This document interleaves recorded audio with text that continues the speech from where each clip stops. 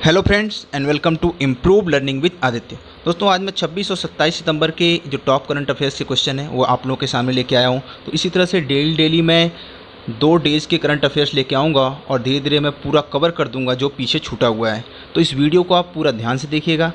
अगर ये वीडियो आपको पसंद आता है तो इसे ज़्यादा से ज़्यादा लाइक और अपने दोस्तों में शेयर कीजिएगा। अगर आप लोग इस चैनल पर नए हैं तो इसे सब्सक्राइब करके बेल नोटिफिकेशन ऑन कर लीजिएगा। चलिए हम आज के पहले क्वेश्चन की तरफ चलते हैं। हमारा आज का पहला क्वेश्चन है कि विश्व फार्मासिस्ट दिवस कब मनाया जाता है। तो दोस्तों विश्व फार्मासिस्ट दिवस हर साल मनाया जाता है 25 सितंबर को।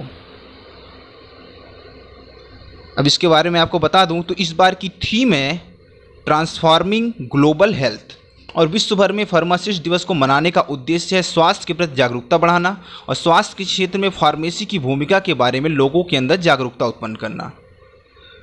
प्रथम बार इस दिवस को मनाने की घोषणा अंतर्राष्ट्रीय फार्मास्यूटिकल फेडरेशन ने की थी। अगला क्वेश्चन हमारा कि हाल ही में एसर इंडिया ने किसे अपना ब्रांड एम्बेसडर घोषित किया है। ये जो पिक्चर में दिखाई दे रहे हैं ये है सोनू सूद। इन्हें ही अभी एसर इंडिया ने अपना ब्रांड एम्बेसडर नियुक्त किया है। तो चलिए हम पहले एसर के बारे में थोड़ा सा देख लेते हैं। एसर की स्थापना हुई थी 1976 में।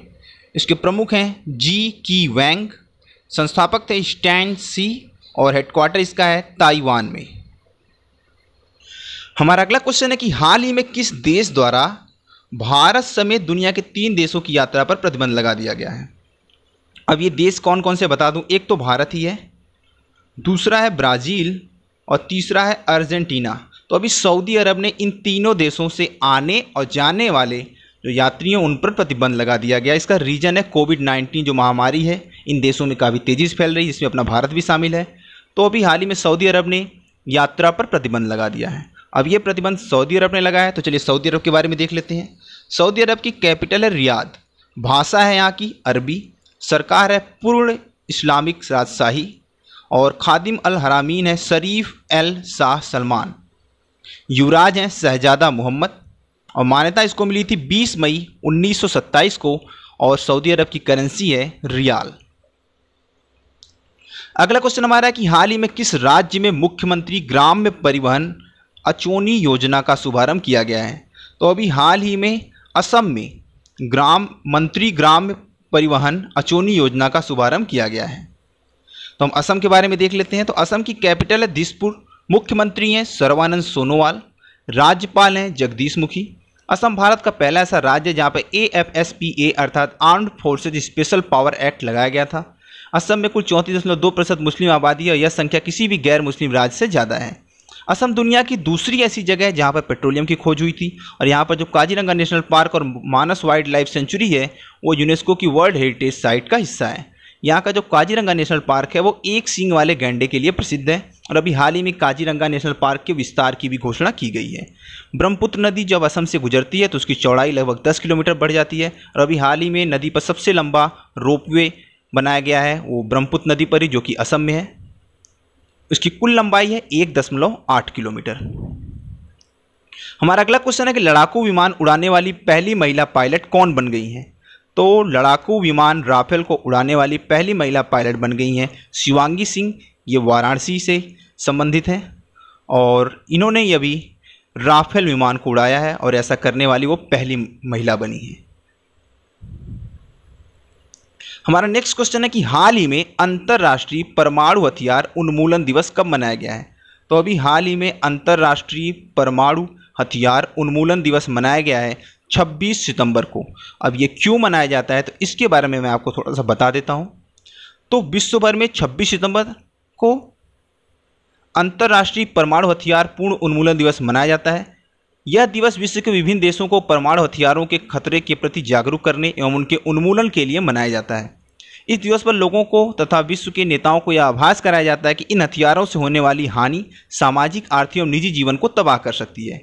इसकी भयावह स्थिति के परिणाम जो वो कई दशकों तक झेलने पड़ सकते हैं, जैसा कि आपको हिरोशिमा और नागासाकी के बारे में पता है। संयुक्त राष्ट्र की रिपोर्ट के अनुसार विश्व भर में लगभग 15,000 से अधिक परमाणु हथियार मौजूद हैं। इस तरह के हथियारों को रखने वाले देश भली भांति वित्त पोषित हैं तथा अपने परमाणु हथियारों को लंबी अवधि तक आधुनिकीकरण करने की योजना बना चुके हैं, अर्थात उसमें और ज़्यादा आधुनिकीकरण उनका किया जा रहा है और ज़्यादा उनकी मारक क्षमता बढ़ाई जा रही है।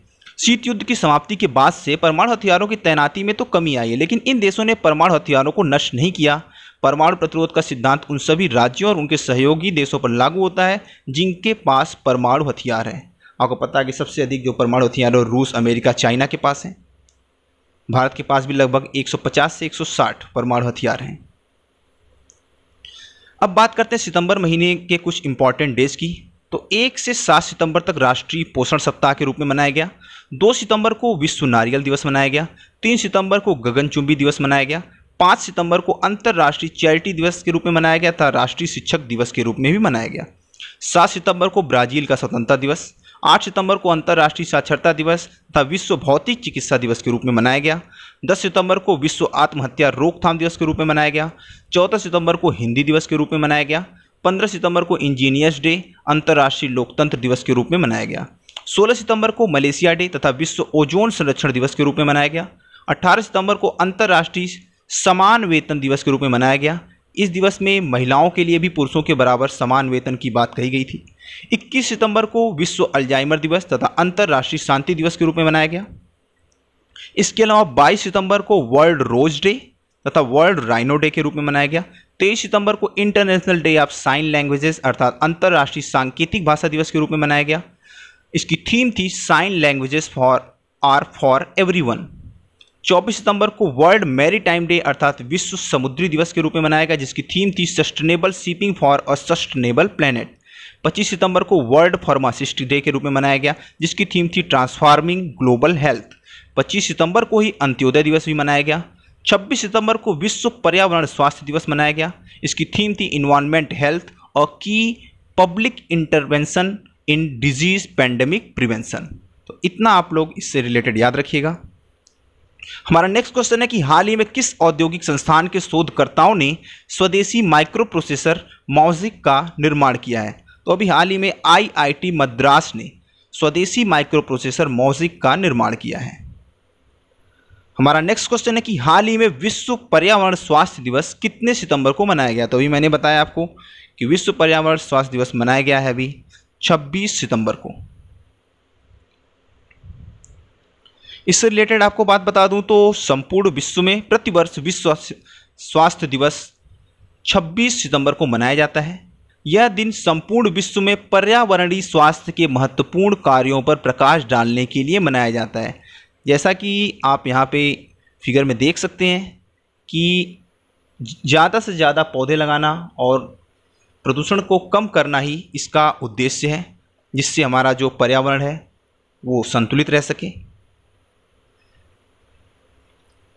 इस बार की थीम की बात करें तो इन्वायरमेंटल हेल्थ और की public health environmental in disease pandemic prevention, जैसा कि अभी मैंने आपको बताया। हमारा नेक्स्ट क्वेश्चन है कि हाल ही में सीएट के नए ब्रांड एम्बेसडर कौन बने हैं? तो अभी हाल ही में जो पिक्चर में दिखाई दे रही है आमिर खान, और इन्हें ही अभी सीएट का नया ब्रांड एम्बेसडर बनाया गया है।